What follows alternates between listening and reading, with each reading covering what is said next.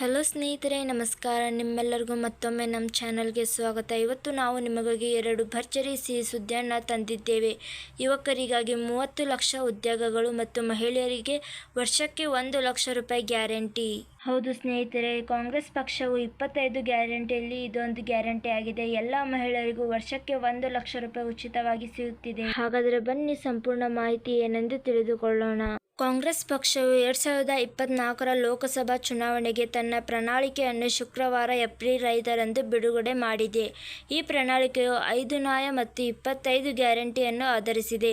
ಪಕ್ಷದ ಅಧ್ಯಕ್ಷ ಮಲ್ಲಿಕಾರ್ಜುನ್ ಖರ್ಗೆ ಮತ್ತು ಮಾಜಿ ಅಧ್ಯಕ್ಷ ಸೋನಿಯಾ ಗಾಂಧಿ ಮತ್ತು ರಾಹುಲ್ ಗಾಂಧಿ ಅವರು ಕಾಂಗ್ರೆಸ್ ಪ್ರಧಾನ ಕಚೇರಿಯಲ್ಲಿ ಪ್ರಣಾಳಿಕೆಯನ್ನು ಬಿಡುಗಡೆ ಮಾಡಿದ್ದಾರೆ. ಮರುದಿನ ಜೈಪುರ ಮತ್ತು ಹೈದರಾಬಾದ್ನಲ್ಲಿ ಸಾರ್ವಜನಿಕ ಸಭೆಗಳು ನಡೆಯಲಿದ್ದು, ಇದರಲ್ಲಿ ಪಕ್ಷದ ಉನ್ನತ ನಾಯಕರು ಭಾಗಿಯಾಗಲಿದ್ದಾರೆ.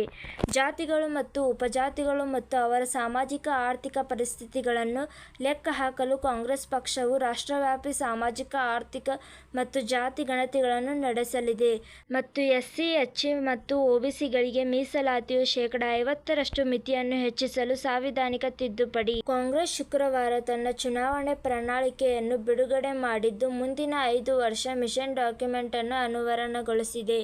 ದೇಶದ 2 ಪ್ರಮುಖ ರಾಜಕೀಯ ಪಕ್ಷಗಳಲ್ಲಿ ಮೊದಲನೆಯದಾಗಿದೆ.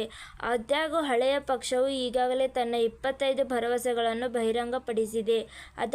ಅದು ಪಂಚ ನ್ಯಾಯ ಅಥವಾ ನ್ಯಾಯದ 5 ಸ್ತಂಭಗಳು ಎಂದು ಕರೆಯುತ್ತದೆ.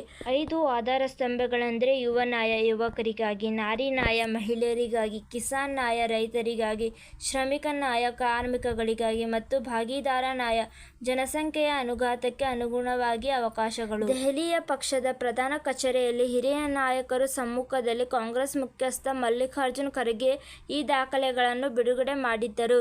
ಶನಿವಾರ ಜೈಪುರ ಮತ್ತು ಹೈದರಾಬಾದ್ನಲ್ಲಿ ತಲಾ ಒಂದು ಪ್ರಣಾಳಿಕೆ ಬಿಡುಗಡೆ ಮೆಗಾ ರ್ಯಾಲಿಗಳನ್ನು ಪಕ್ಷ ನಡೆಸಲಿದೆ. ಲೋಕಸಭಾ ಚುನಾವಣೆಯ 2024 ಕಾಂಗ್ರೆಸ್ ಪ್ರಣಾಳಿಕೆಯ ಪ್ರಮುಖ ಅಂಶಗಳು ಎಂದರೆ ಕಾಂಗ್ರೆಸ್ ರಾಷ್ಟ್ರವ್ಯಾಪಿ ಸಾಮಾಜಿಕ ಆರ್ಥಿಕ ಮತ್ತು ಜನಗಣತಿ ನಡೆಸಲಿದೆ. ಪಕ್ಷದ ಪ್ರಣಾಳಿಕೆ ಮೀಸಲಾತಿಯ ಮೇಲೆ ಶೇಕಡಾ 50ರಷ್ಟು ಮಿತಿಯನ್ನು ಹೆಚ್ಚಿಸಲು ಸಾಂವಿಧಾನಿಕ ತಿದ್ದುಪಡಿಯನ್ನು ಅಂಗೀಕರಿಸಲಾಗಿದೆ. ಕಾಂಗ್ರೆಸ್ ಭರವಸೆ ನೀಡಿದ ಧರ್ಮ, ಭಾಷೆ, ಜಾತಿಯನ್ನು ಮೀರಿ ನೋಡುವಂತೆ ಜನರಿಗೆ ಮನವಿ.